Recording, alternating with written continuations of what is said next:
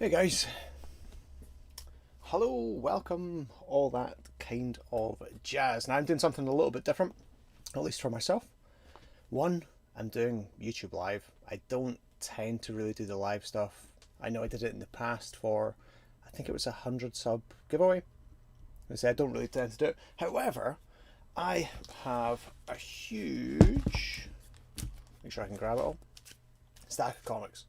Now this has been my pickup from last month. Realistically, this is my July haul. I've been planning on doing it as almost like a monthly YouTube segment.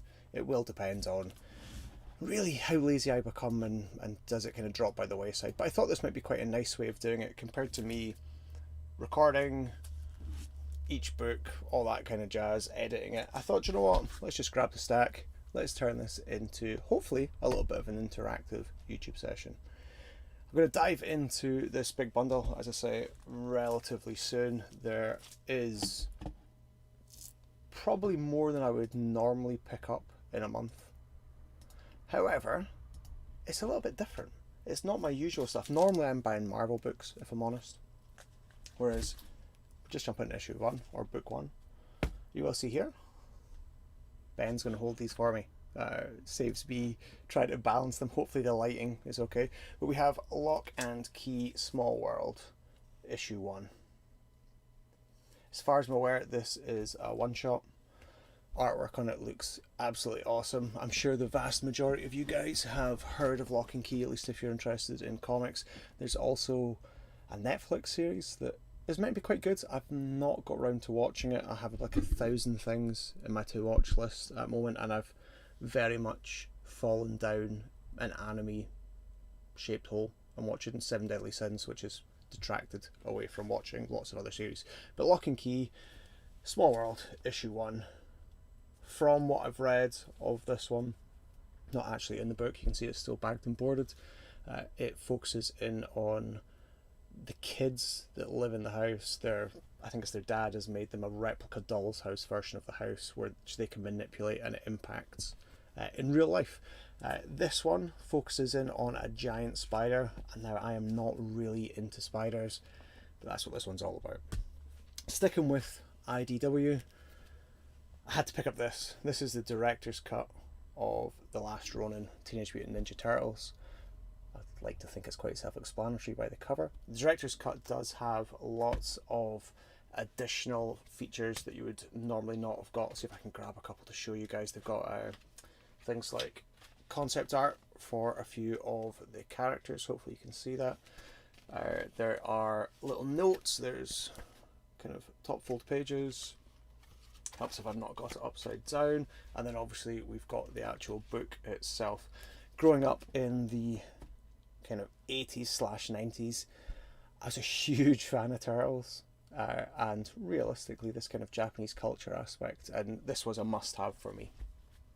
Now, this is where I'm going to kind of segue off on something a little bit different.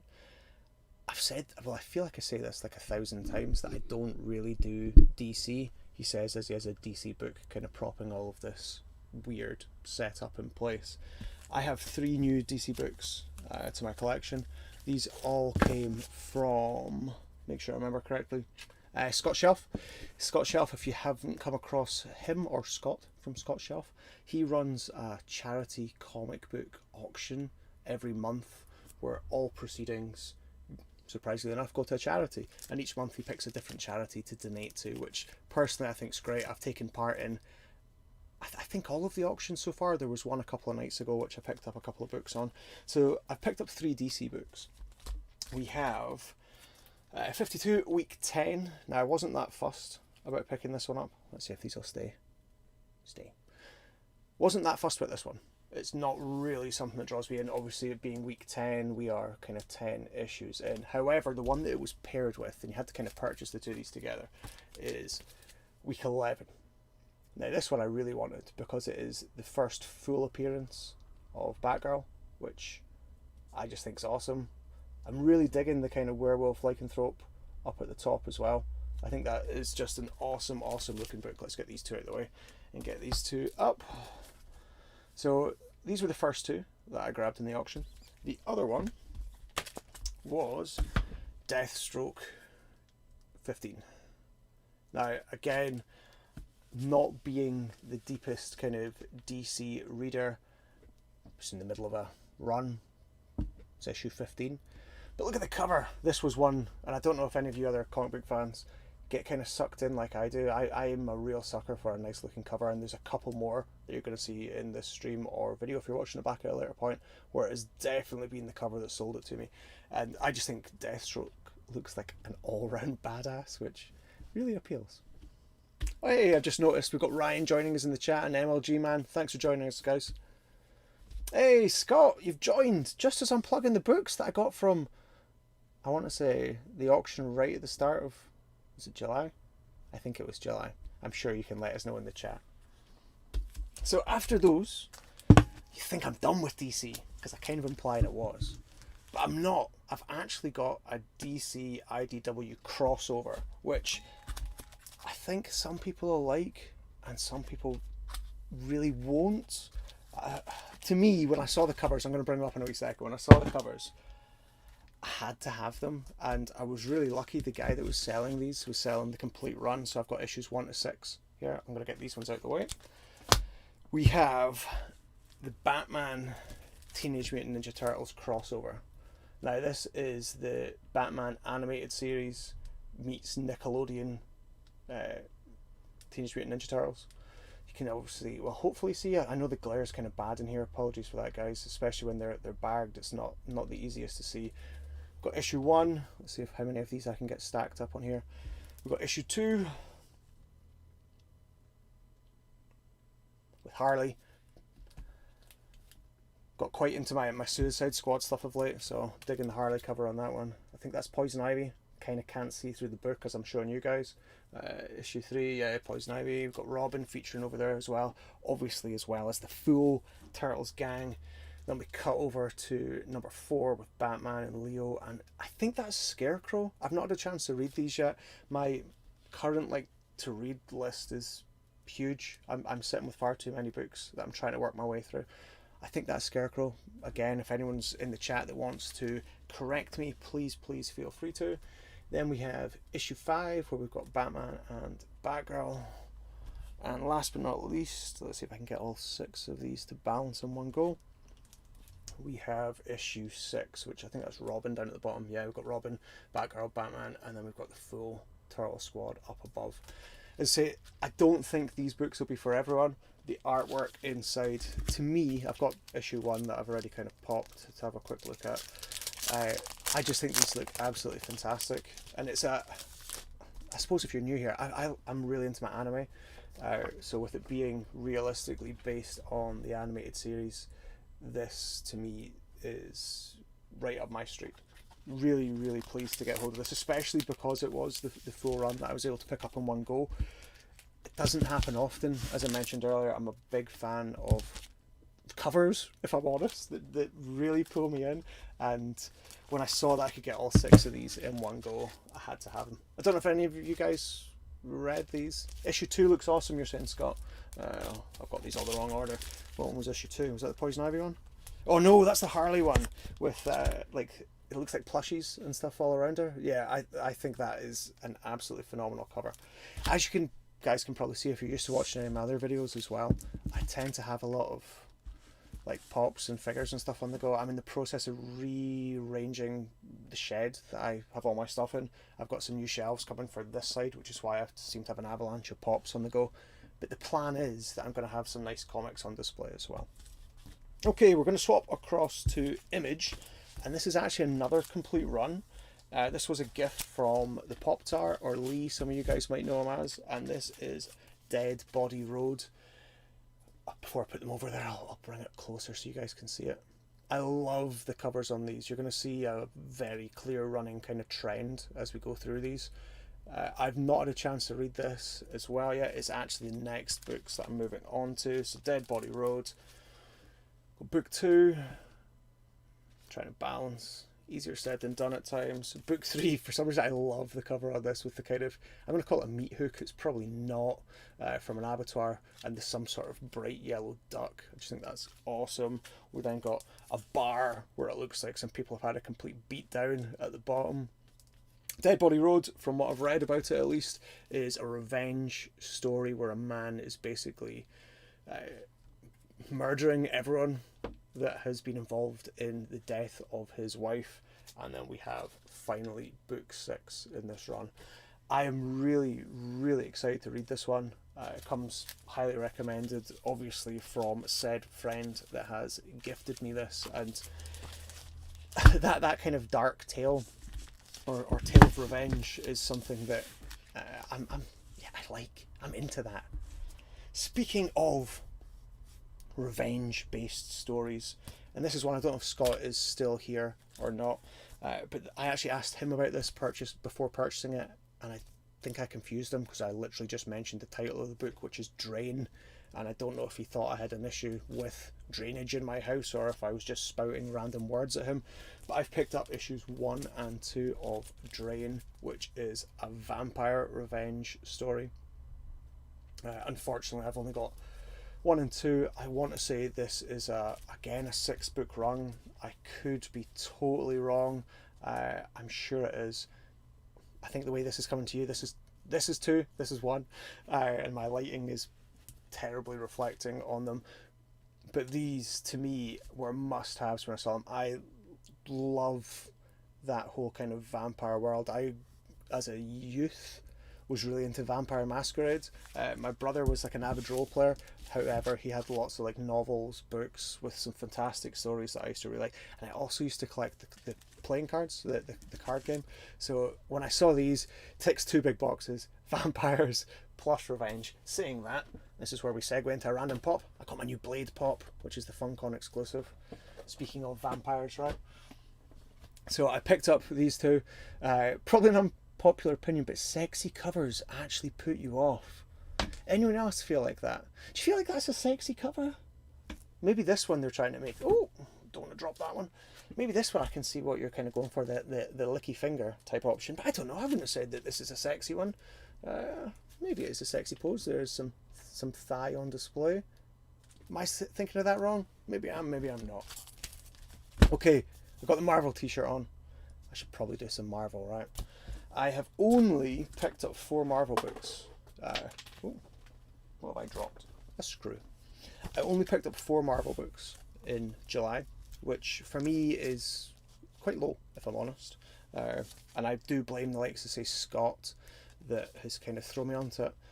Yeah, MLG, man, I would totally say it has a bit of Castlevania vibes to Drain, at least from a cover art perspective.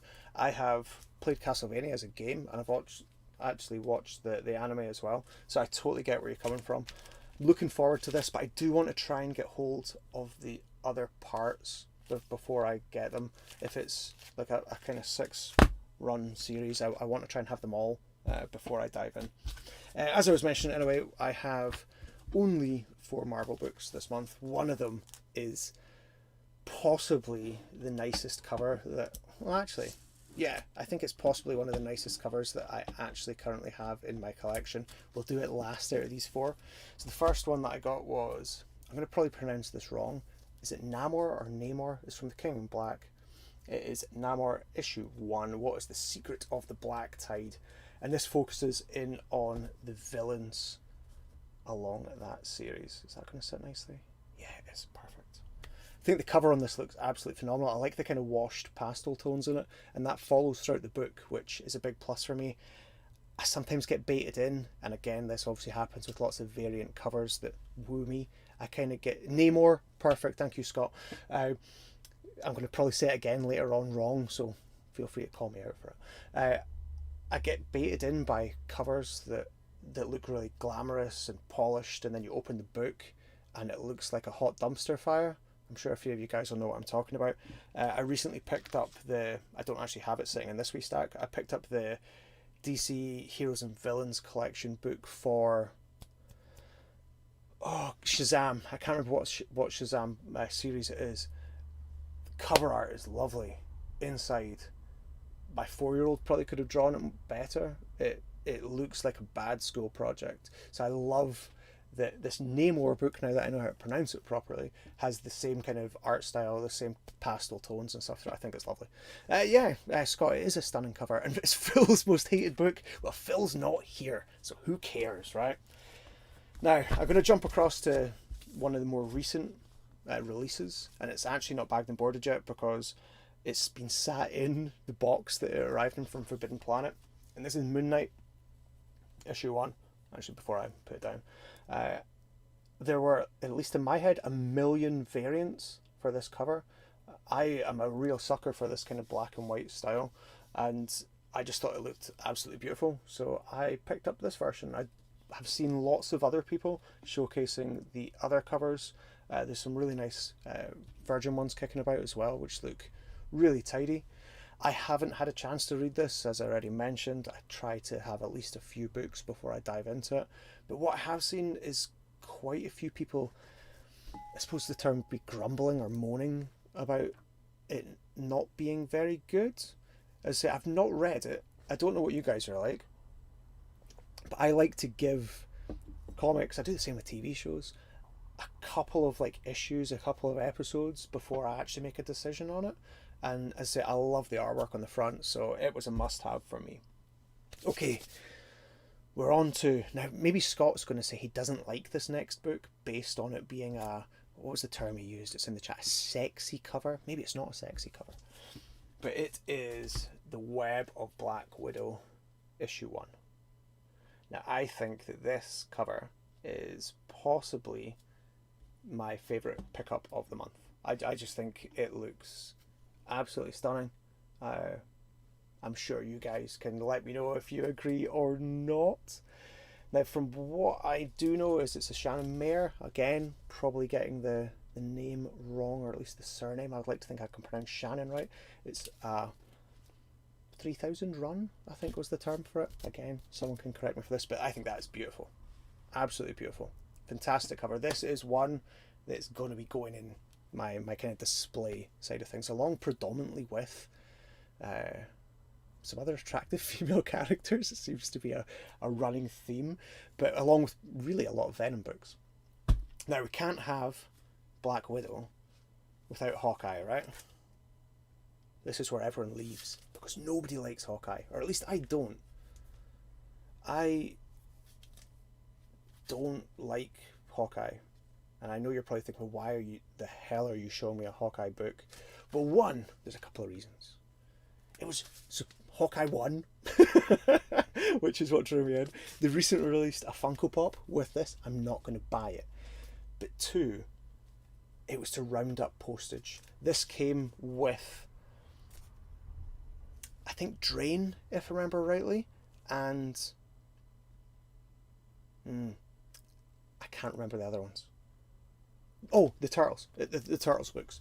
And it was simply to round up postage. The guy that was selling them did kind of buy X books for X price, so on and so forth. And he didn't really have anything else that I fancied. And I just thought, hey, that's not bad. The other thing that kind of appealed to me was the Taskmaster reference. When I picked this up, we were preparing or hyping up for the Black Widow movie release. I have the full Funko Pop range from Black Widow, and there was that kind of question mark about, Taskmaster, will Taskmaster be good or bad or just a waste of space in the film? And I'll let you guys make up your decision on that. And I just liked that it had a bit of a Taskmaster crossover. What I would love to know is, what do you guys think of Hawkeye? Are you in the same boat as me where you just think, well, he's essentially an archer? Big whoop. He's an archer in a world of badass superheroes? And he's an archer? Or someone with a very good aim, because I appreciate he doesn't always use a bow. But that's it. Am I missing something about Hawkeye? I've seen people getting a wee bit excited because there's been the Disney Plus Hawkeye stuff teased, or I think there was a teaser trailer at least out. I could probably moan for another 10 minutes purely about Hawkeye. But yeah, anyway, I've got a Hawkeye book. Pipe down, right? Now, Again, I have one cover.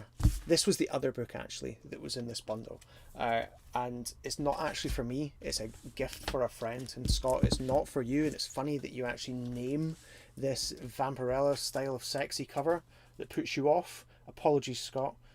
Please stay. I've got another 2 books to show. I do like this, if I'm honest. I'm not really into that. She's essentially in my head, like an Instagram bikini that just looks trash. If I could, don't get me wrong, it's lovely art, but I actually like this top half of the cover. But this is a pickup for a friend that is massively into this line. Yes, he is single, but he really, really likes this line. And when I saw the cover, I knew he didn't have it, so I picked it up for him. So as I say, apologies, Scott. I know it's not for you. Maybe there will be some people watching this that think, oh, that is tidy. I said I like the upper half.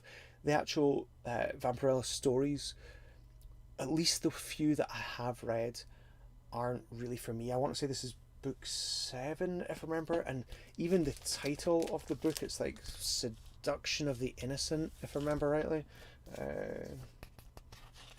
Yeah, Seduction of the Innocent, book 7. Everything about it makes me feel a little bit, yeah, just like you put in the chat, Scott, a little bit of a sick face. But I can appreciate the cover. Now, 2 books left, okay, guys? The next one, I didn't actually buy, and it wasn't even like a giveaway win or anything like that. It was a fail send. So it was, I bought again a bundle of books, and so did a few other people from the same Facebook group, and the seller ultimately gave me a book that someone else had purchased. And I contacted him when it arrived and said, hey, thanks for my books, everything's tidy. However, I didn't buy this. And I checked and I hadn't been charged for it, and I felt a little bit bad. So obviously I said, look, let me just post it back. I've got a few other books coming from him. And he said, no, just keep it. It's my fault and I have more than one.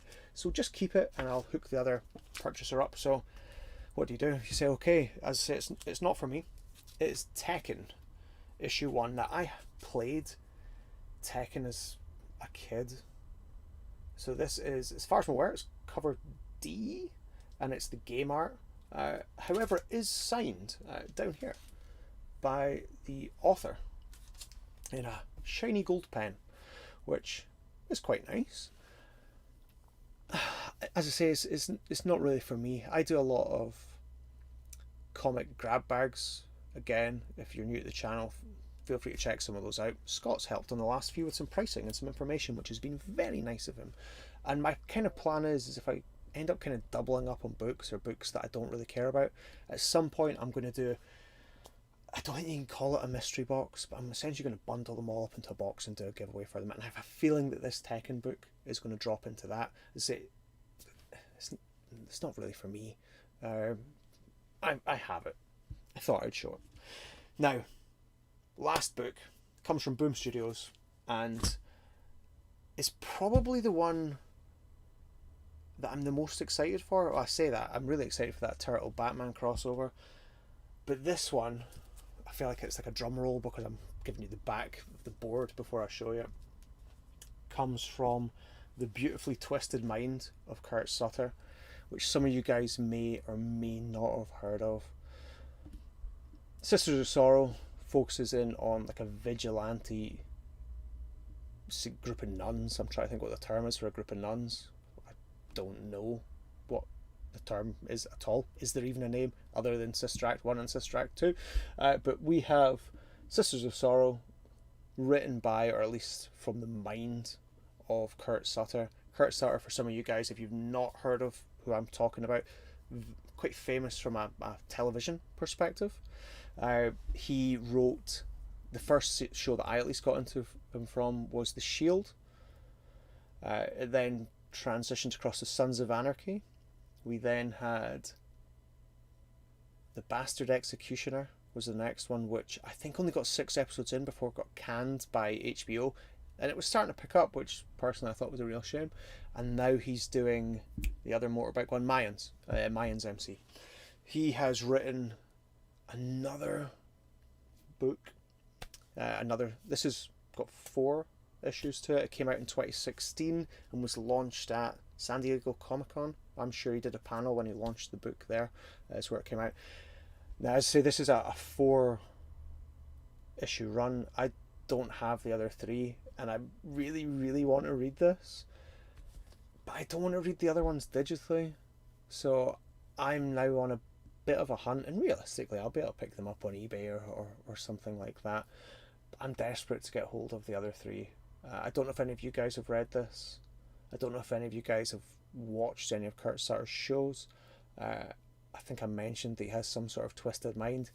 Tends to take people on a bit of a journey, is probably the best way to put it. Yeah, with lots of dark, terrible twists. And what I'm hoping is that he's managed to capture some of this in his comic book side of things. I won't know realistically until I get the other ones, but I'm desperate to get hold of them. So hopefully when we get next month's, which is obviously going to be August, when we come to look at next month's haul, hopefully I've managed to track down the other ones, because I am desperate to read this, and if I can get them, I'm going to do like a spotlight video on just that series, unless it's rubbish. Yeah, we've got Ben Grimm, and actually I don't know if any of you guys have watched. Now I'm going to assume some of you guys probably will have. For anyone that's not joining in live, off my shelves I said Ben Grimm doing solid work holding up the books. I did contemplate. I've got the zombie, the thing, trying not to knock everything over down here as well. I contemplated zombie, Ben holding it, but we decided to go for classic. But I was touching on Kurt Sutter. Michael Chiklis plays the Thing in the film.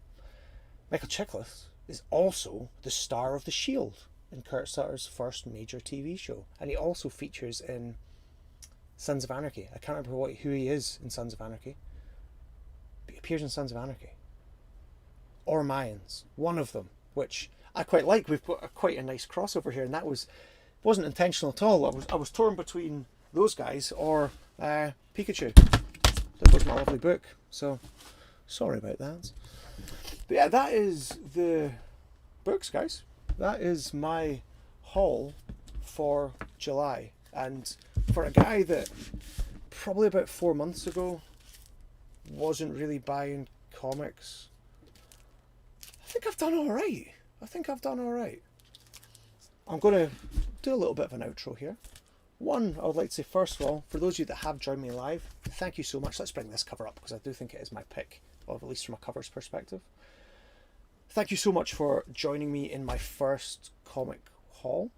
What I would love to know, feel free to let me know in the comments, is which was your favourite from this giant bundle of books that we picked up.